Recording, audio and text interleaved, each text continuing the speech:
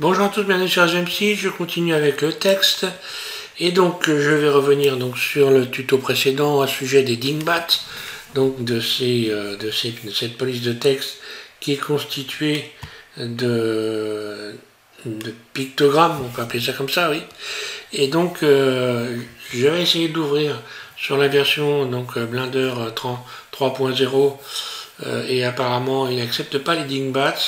Donc vous allez voir que sur les anciennes versions, il n'y a aucun problème pour ce qui concerne les dingbats. Alors je vais faire, vous pouvez toujours, si vous voulez vous en servir, réouvrir une ancienne version de Blender. Moi je vais partir sur la 93. Voilà, Blender 2.93. Donc là c'est une petite rétro sur ce qu'on a déjà fait. Ajouter donc un texte et j'ai constitué un dossier, un deuxième dossier de fonte. Donc voilà, je vais aller chercher un texte, ajouter, texte, voilà, RX90, là on va y rajouter le E pour le français, et voilà, donc texte, et je vous ai dit qu'on pouvait utiliser les dingbats en allant ici, donc, ajouter, donc en cliquant sur le A ici, donc géométrie on ne va pas y toucher. Puis je vais ici donc chercher un texte et donc moi j'ai constitué un dossier de fonte numéro 2 que j'ai donc installé dans le pavillon D. Ici, je l'ai installé dans le pavillon D. Ici fonte 2, voilà. Et ici je l'ai donc enregistré dans cette fenêtre là. À chaque fois que vous allez quelque part, vous pouvez faire plus et enregistrer des dossiers et puis les réouvrir à partir de cette fenêtre pour ceux qui ne savent pas. Donc je vais vous faire voir par exemple une fonte que j'ai fabriquée moi en utilisant donc SVG. Donc c'est cette fonte là, c'est des photos de ma famille, voilà.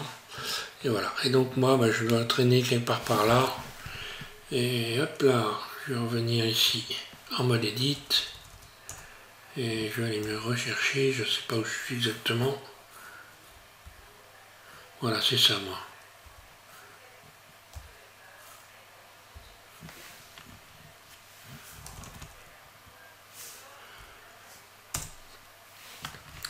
Voilà, ça c'est ça pour ceux qui me connaissent, ils m'ont déjà eu. C'est ça, donc on voit qu'on peut créer des dingbats, et puis il y en a de toutes sortes, on va aller en chercher d'autres. Donc là, forcément, si je me mets dans cette couleur-là, on ne va pas me reconnaître. Il faut que j'aille mettre une couleur un peu plus foncée. Voilà. Voilà, si je mets un fond blanc,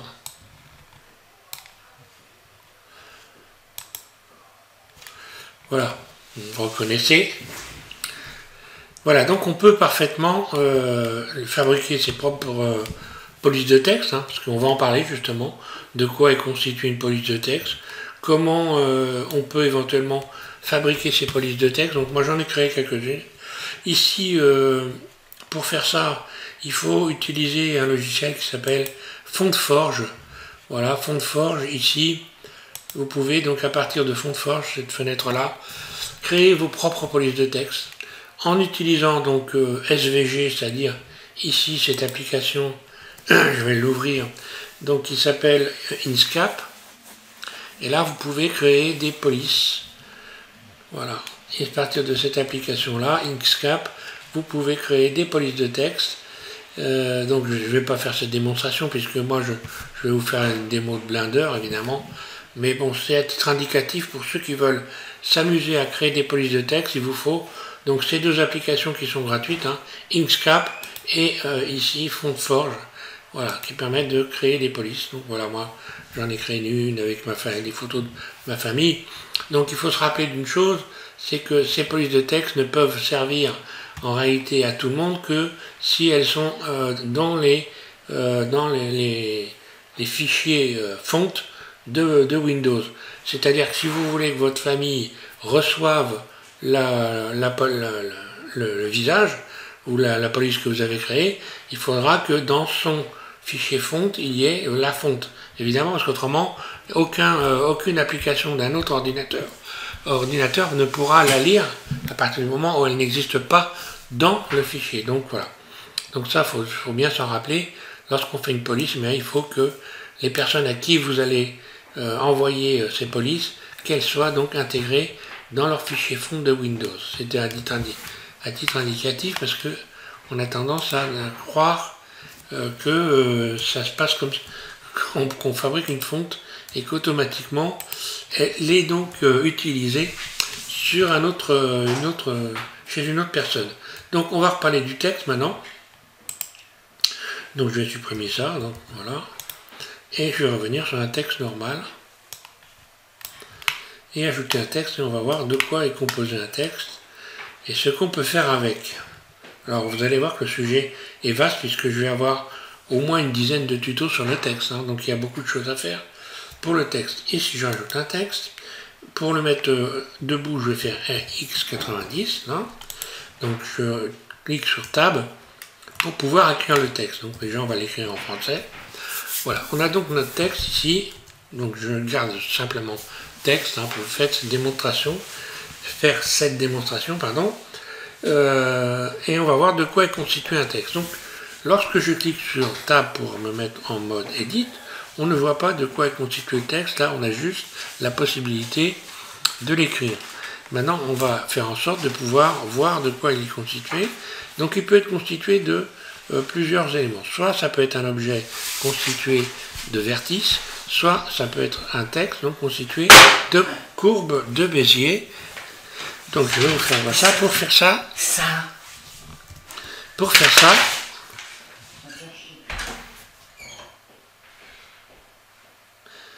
je vais aller donc le transformer en courbe, là voilà.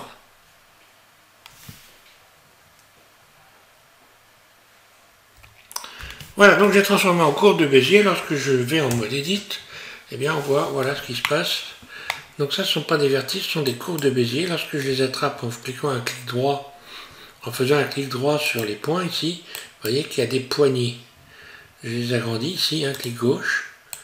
Par exemple, ici, j'attrape cette poignée-là, ou celle-là, et je peux, comme ceci, déformer le texte. Voilà, je peux...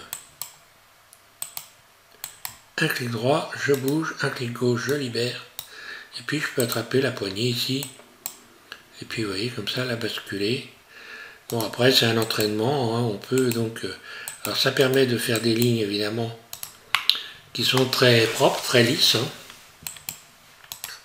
mais je peux, comme ceci, transformer mon texte.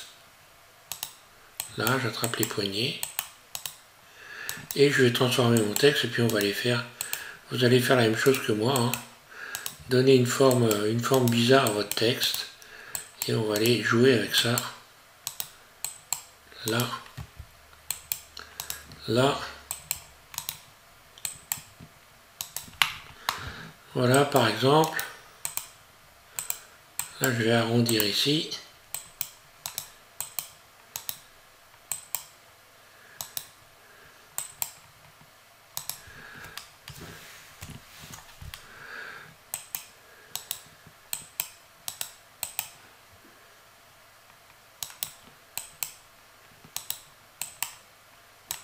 voilà, et je donne une forme comme ceci à mon texte.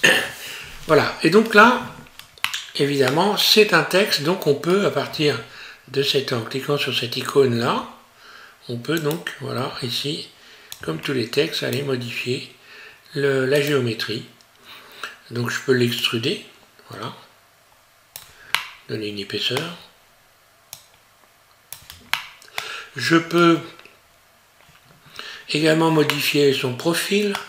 Donc si je clique ici sur profil, on voit que j'ai ici cette fenêtre qui s'ouvre, et là ça permet d'avoir, en faisant un clic gauche et en rajoutant des points comme ceci, on peut modifier les bords. Vous allez voir, on va modifier les bords. Donc là on n'a pas encore ajouté de profondeur, voilà, j'ajoute de la profondeur ici, et là maintenant en faisant un clic gauche, rajoutant des points comme ça, je peux modifier les bords. On le voit ici. En fait, c'est un chanfrein. Voilà, je peux chanfreiner comme je veux les bords, leur donner une allure. Voilà, un clic gauche, je rajoute, ou je rajoute pas d'ailleurs, je déplace, voilà, et voilà, je crée comme ceci un bord.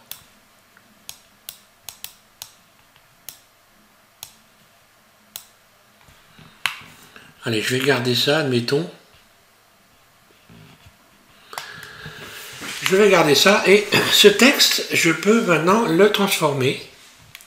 Alors bon, toutes les fonctions qu'il y a ici dans le texte, hein, on les a ici, on peut donc adoucir, etc. Hein, tout fonctionne là. Hein. Objet, ça donne ça, hein, voilà. Arrondir, ça donne ça, et profil, ça donne ça. Donc si je garde ça, un texte avec un profil, je peux le transformer maintenant en objet, donc constitué de vertices. Pour faire ça, bah, c'est exactement ce qu'on a fait précédemment. On clique sur W et on va aller rechercher ici, donc on va aller rechercher où c'est qu'il est. Mère, enlevé, absent, divine. Dans le bon mode évidemment. Mode edit, hein.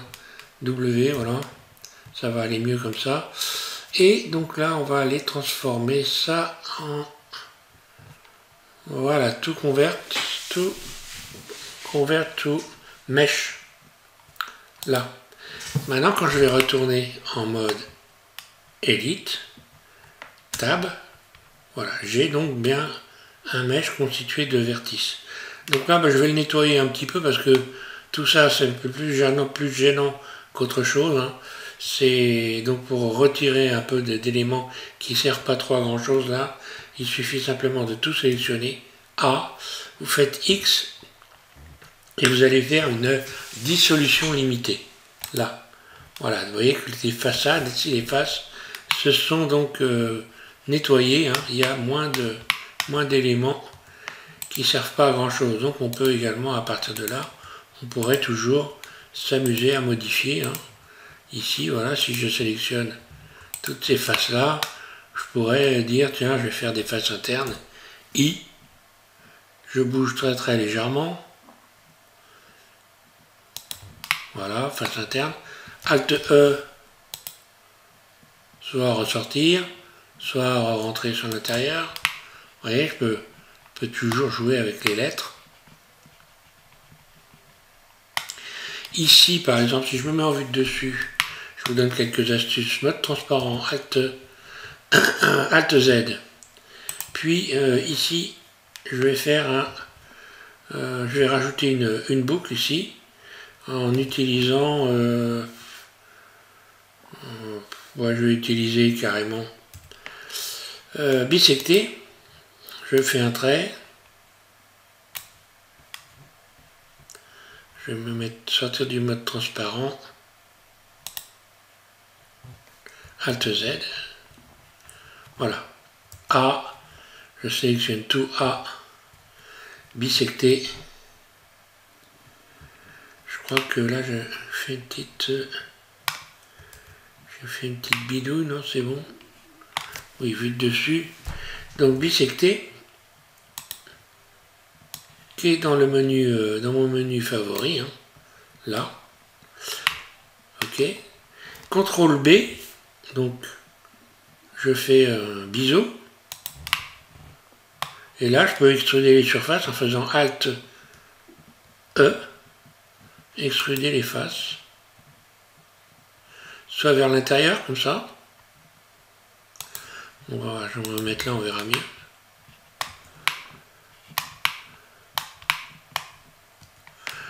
Ou alors CTRL Z. Je reviens en arrière. Ça vers l'extérieur, surface. Alt E.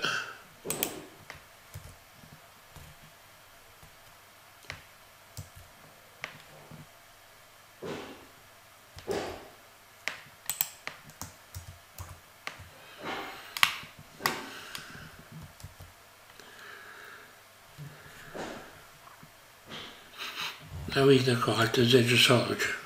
Alt E, je me disais aussi, j'en suis là, voilà. Par exemple. Puis une ES, une surface Y. On peut transformer du texte, hein, vraiment faire plein de trucs. Et avoir des formes. Il faut essayer de jouer avec les formes, essayer de trouver des choses nouvelles. Hein. Surface. Si je fais une surface, qu'est-ce que ça va donner? Ben voilà, ça peut donner un truc intéressant. Ou surface moins. S diminué. G, Y. Là, j'ai donné une espèce de profondeur. Et qu'on peut faire, on peut en faire des choses. Hein. Une surface maintenant.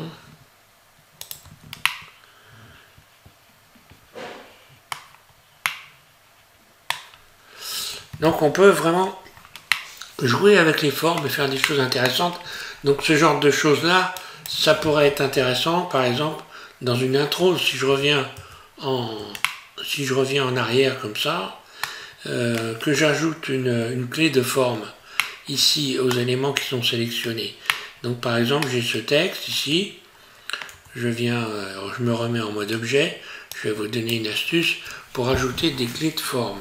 Donc j'ai mon texte ici, qui a donc cette forme-là.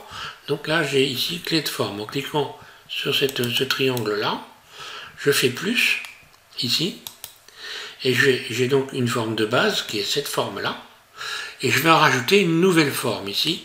Je fais plus une nouvelle fois, je retourne en mode Edit, et là, je vais faire une surface, et on va dire que c'est une seconde forme, là. Lorsque je reviens en mode objet, j'ai donc ici une clé qui est venue se créer et je peux modifier la valeur et voilà ce que ça donne en utilisant ici donc sous-relatif.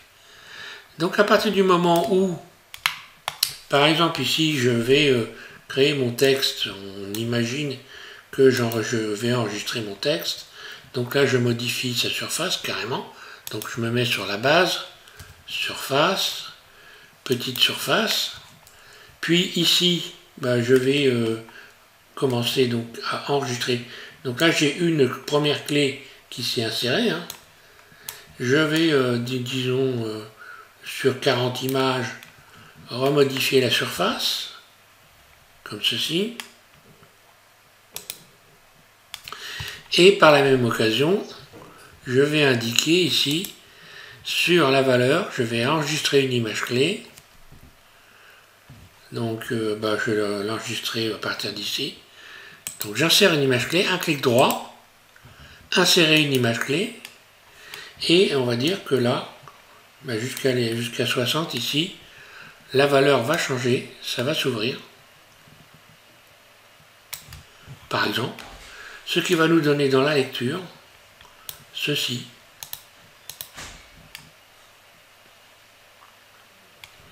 Donc on peut imaginer, en utilisant les clés, on va revenir dessus, hein. Là c'est juste une petite démo, mais on reviendra dessus sur l'animation de texte, puisque on peut vraiment faire joujou avec ça, faire des choses extrêmement intéressantes. Et puis évidemment je pourrais, faut pas oublier que là j'ai ça, mais je peux parfaitement maintenant réinsérer une image clé ici, insérer une image clé, déplacer ici le curseur, et paf, revenir à 0, ce qui va me donner ceci. Oui, non. Qu'est-ce que j'ai fait là? Je réenclenche ici, je dis une bêtise. Insérer une image clé, ok, je déplace, et paf, je reviens à 0. Et ça va nous donner ça. Et puis, je pourrais revenir à l'arrière, enfin voilà. Donc, il y a de quoi faire pour faire le joujou avec du texte. Défiler de texte, on a vu comment on faisait défiler du texte. On a vu de quoi est constitué un texte. Je pense que pour cette vidéo, je ne vais pas aller beaucoup plus loin. On a vu donc pour les dingbats. Donc les dingbats, c'est pareil. Si vous voulez introduire des dingbats sur la version Donc 2.80, je sais pas, tiens, on va essayer sur la version 2 3.0 de Blender. Alors je n'ai pas trouvé d'où vient le problème, mais bon, il suffit d'ouvrir une version plus récente qu'on peut télécharger, hein, parce qu'on peut toujours télécharger des old versions Blender, et puis aller chercher un texte Nigbats. On va essayer de voir si ça fonctionne. Par contre, il faudra certainement le transformer en... Ouais, faudra le transformer en mèche. Alors, bon, on va chercher un texte. Là, RX 90. Donc là, je vais pouvoir aller chercher les Dingbats. Peu importe. Police. Je vais aller chercher ceux d'un autre type de Dingbats. Alors, dans le dossier font, évidemment, numéro 2, donc on voit qu'il y a des très belles, par exemple ici, de très belles polices. Hein. On voit la transformation. On va... Là, voilà. Voilà, je vais en chercher une autre.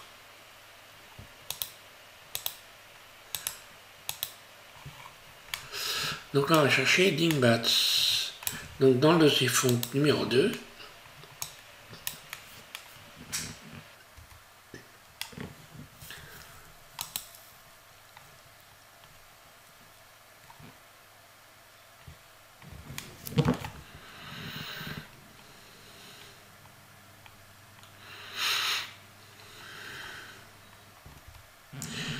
oui, je voulais faire un CTRL V, donc pour faire là. Voilà, pour copier le texte et puis le coller sur la version 3 de Blender en faisant CTRL C. Et voilà, et il n'y a rien du tout. Donc si je voulais envoyer ces éléments-là, il faudrait que je les transforme en mèche. Donc je vais par exemple transformer ça en mèche.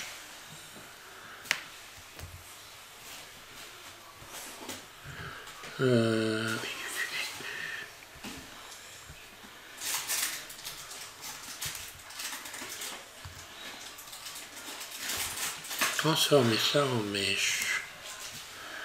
Tiens,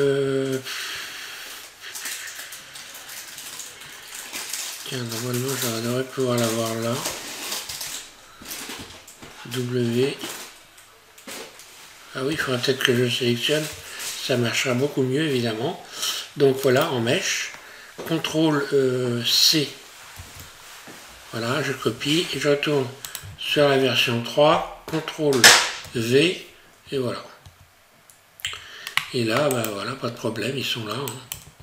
Sauf que ce sont donc bien des mèches et pas du texte. Voilà. Bon. Ben, je vais m'arrêter là avec ce tuto-là. Je vous remercie tous de suivre SVM6. Et puis, je vous invite à regarder le prochain, le 34. On va continuer à parler de texte. Et maintenant, d'animation de texte, bien sûr, puisque là, et puis d'autres choses, certainement, je vais réfléchir entre-temps pour le prochain tuto. Merci, bon courage, amusez-vous bien.